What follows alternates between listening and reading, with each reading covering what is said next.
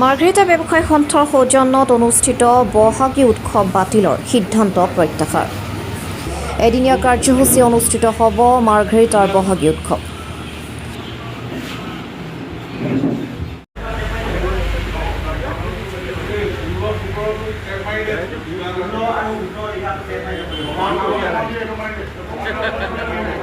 মাৰ্ঘেৰিটা ব্যৱসায়ী সন্থাৰ সৌজন্যত অনুষ্ঠিত বহাগী উৎসৱৰ বাতিলৰ সিদ্ধান্ত প্ৰত্যাহাৰ কৰা হৈছে।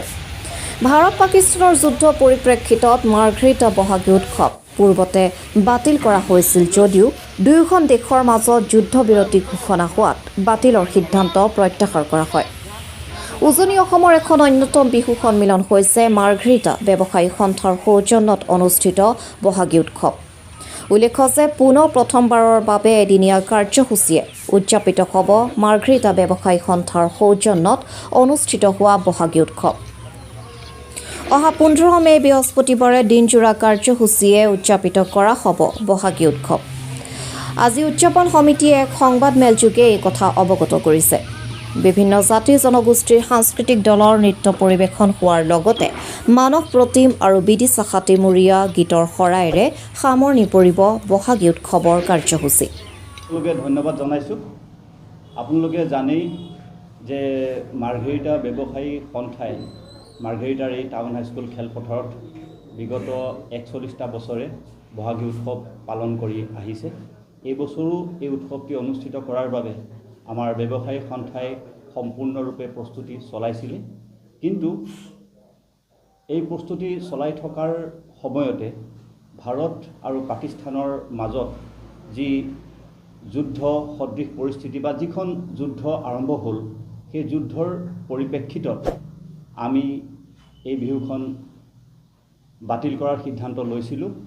কাৰণ সেই সময়ত ভাৰতবৰ্ষৰ যিটো পৰিস্থিতি, সেই পৰিস্থিতিত এনেকুৱা এটা ৰং ৰহস্যময় অনুষ্ঠান অনুষ্ঠিত কৰাটো কেতিয়াও সম্ভৱ নাছিল। আমাৰ অসমৰ মাননীয় মুখ্যমন্ত্ৰী ডক্টৰ হিমন্ত বিশ্ব শৰ্মাদেৱেও আহ্বান জনাইছিল যে এই অনুষ্ঠানবিলাক বাতিল কৰিব লাগে। আমি তেখেতৰ আহ্বানৰ প্ৰতি সন্মান জনাই এই অনুষ্ঠানটো বাতিল কৰিছিলোঁ। কিন্তু সৌভাগ্যবশতঃ ভাৰত আৰু পাকিস্তানৰ মাজৰ এই যুদ্ধৰ যি পৰিৱেশ, সেই পৰিৱেশ আজি প্ৰায় নোহোৱা হৈ গ'ল। ইতিমধ্যে দুয়ো দেশৰ মাজত আমাৰ যুদ্ধবিৰতি চুক্তি হৈছে। গতিকে যিহেতু পুনৰ স্বাভাৱিক অৱস্থা আমাৰ মাজলৈ ঘূৰি আহিছে আৰু মাৰ্ঘেৰিটাবাসী ৰাইজেও এই যিটো আমাৰ ব্যৱসায়ী সন্থাৰ বহাগী উৎসৱ, সেই বহাগী উৎসৱলৈ অতি আগ্ৰহেৰে বাট চাই থাকে, সেয়েহে আমাৰ ব্যৱসায়ী সন্থাৰ কৰ্মকৰ্তাসকলে বিশেষকৈ আমাৰ এই ব্যৱসায়ী সন্থাৰ বহাগী উৎসৱৰ যিগৰাকী সভাপতি, তেখেত মাৰ্ঘেৰিটা বিধানসভা সমষ্টিৰ সন্মানীয় বিধায়কো, যিহেতু বিধায়কগৰাকী এই অনুষ্ঠানটিৰ সভাপতিৰ দায়িত্বত আছে, তেখেতৰ পৰামৰ্শক্ৰমে লগতে আমাৰ ব্যৱসায়ী সন্থাৰ যিসকল কৰ্মকৰ্তা আছে, যিসকল সদস্য আছে, সকলোৰে পৰামৰ্শক্ৰমে আমি এদিনীয়া কাৰ্যসূচীৰে এই অনুষ্ঠানটি পুনৰ অনুষ্ঠিত কৰাৰ বাবে এটা সিদ্ধান্ত লৈছিলোঁ। আৰু এই সিদ্ধান্ত আমাৰ কাৰ্যকৰী হ'ব অহা 15 মে তাৰিখে। 15 মে বহাগৰ শেষ দিন।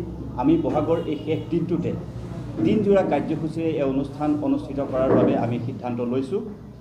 আমি বৰ বিশেষ অনুষ্ঠান ৰাখিব পৰা নাই, যিহেতু এদিনীয়া কাৰ্যসূচীৰে লৈছোঁ। আমাৰ যিসমূহ প্ৰতিযোগিতা আছিল, সেই প্ৰতিযোগিতাসমূহ আমি এইবাৰ অনুষ্ঠিত নকৰোঁ। তাৰ পৰিৱৰ্তে আমি মূল যিসমূহ আমাৰ কাৰ্যসূচী আছিল, সেই মূল কাৰ্যসূচীসমূহ অনুষ্ঠিত কৰিম। আমি পুৱা 10 বজাত পতাকা উত্তোলনেৰে আমাৰ দিনজোৰা কাৰ্যসূচী শুভাৰম্ভ কৰিম। আমাৰ 10 বজাত পতাকা উত্তোলন হ'ব। পতাকা উত্তোলন কৰিব আমাৰ উদযাপন সমিতিৰ সভাপতি তথা মাৰ্ঘেৰিটা বিধানসভা সমষ্টিৰ সন্মানীয় বিধায়ক ভাস্কৰ শৰ্মাদেৱে।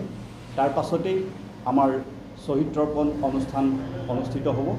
আমাৰ দেশমাতৃৰ হকে যিসকলে প্ৰাণ বিসৰ্জন দিয়ে, তেখেতসকলক শ্ৰদ্ধাঞ্জলি আমি এই শ্বহীদ তৰ্পণ কাৰ্যসূচী অনুষ্ঠিত কৰিম। তাৰ পাছতেই আমি এক শ্ৰদ্ধাঞ্জলি অনুষ্ঠান আয়োজন কৰিছোঁ। এই শ্ৰদ্ধাঞ্জলি অনুষ্ঠানৰ জৰিয়তে এই ভাৰত আৰু পাক যিখন যুদ্ধ, সেই যুদ্ধত যিসকল আমাৰ বীৰ জোৱানে দেশমাতৃৰ হকে প্ৰাণ বিসৰ্জন দিলে, লগতে এই যুদ্ধত ভাৰতবৰ্ষৰ কেইবাগৰাকীও নিৰীহ সাধাৰণ নাগৰিকেও মৃত্যুবৰণ কৰিবলগীয়া হ'ল তেখেতসকলৰ প্ৰতি আমি শ্ৰদ্ধাঞ্জলি জনাই এক শ্ৰদ্ধাঞ্জলি অনুষ্ঠানৰ আয়োজন কৰিছোঁ।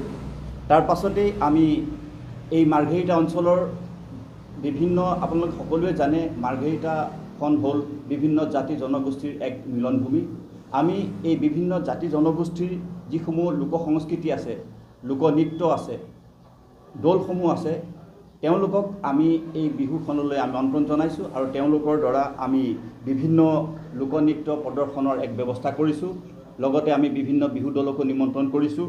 আমি মুকলি আকাশৰ তলত আমি এই অনুষ্ঠানটোৰ আয়োজন কৰিছোঁ। সকলোৱে এটা দিনৰ বাবে হ'লেও ৰং ৰহস্য কৰক, সকলোৱে লোকনৃত্য আমি উপভোগ কৰোঁ, সেইটো উদ্দেশ্য আগত ৰাখি আমি এই বিভিন্ন জাতি জনগোষ্ঠীৰ সাংস্কৃতিক দলসমূহক আমন্ত্ৰণ জনাইছোঁ। তাৰ পাছতেই আমাৰ সন্ধিয়ালৈ আমি সাংস্কৃতিক অনুষ্ঠানৰ আয়োজন কৰিছোঁ। সাংস্কৃতিক অনুষ্ঠানত আমাৰ স্থানীয় শিল্পীৰ উপৰিও আমি দুগৰাকী শিল্পীক আমন্ত্ৰণ জনাইছোঁ এই অনুষ্ঠানত অংশগ্ৰহণ কৰাৰ কাৰণে। অসমৰ এগৰাকী অন্যতম জনপ্ৰিয় কণ্ঠশিল্পী মানস প্ৰতিমদেৱে আমাৰ এই অনুষ্ঠানত অংশগ্ৰহণ কৰিব আৰু তাৰ লগতে আমাৰ কাষৰে দুলীয়াজানৰে এগৰাকী কণমানি কণ্ঠশিল্পী আমাৰ GTV সাৰেগামাপাৰ ৰানাৰ্ছ আপ পাইছে নহয় জানো, GTV সাৰেগামাপাত ৰানাৰ্ছ আপ সন্মান লাভ কৰা বিদিশা হাতীমূৰীয়াকো আমি আমন্ত্ৰণ জনাইছোঁ। দুয়োগৰাকী আমাৰ শিল্পীয়ে এই সাংস্কৃতিক অনুষ্ঠানত অংশগ্ৰহণ কৰিব। আমি আশা কৰিম মাৰ্ঘেৰিটাবাসীৰ ৰাইজে এই বিহুখনৰ প্ৰতি যি আগ্ৰহেৰে বাট চাই থাকে, সেই আগ্ৰহক আমি এইবাৰ সম্পূৰ্ণ মাত্ৰা দিব নোৱাৰিলেও কিছু আমি এই বিহুখনৰ প্ৰতি তেওঁলোকৰ যি আগ্ৰহ, সেই আগ্ৰহক সন্মান জনাই আমি এদিনীয়া কাৰ্যসূচীৰে এই অনুষ্ঠানটো আয়োজন কৰিছোঁ আৰু আমি আশা কৰিছোঁ মাৰ্ঘেৰিটাবাসীৰ ৰাইজৰ পূৰ্ণ সহায় আৰু সহযোগিতা আমি লাভ কৰিম। সকলোকে আমি বিহুৰ অনুষ্ঠান উপভোগ কৰিবৰ বাবে সকলো মাৰ্ঘেৰিটাবাসীৰ ৰাইজকে আমি সাদৰেৰে আমন্ত্ৰণ জনাইছোঁ। ধন্যবাদ।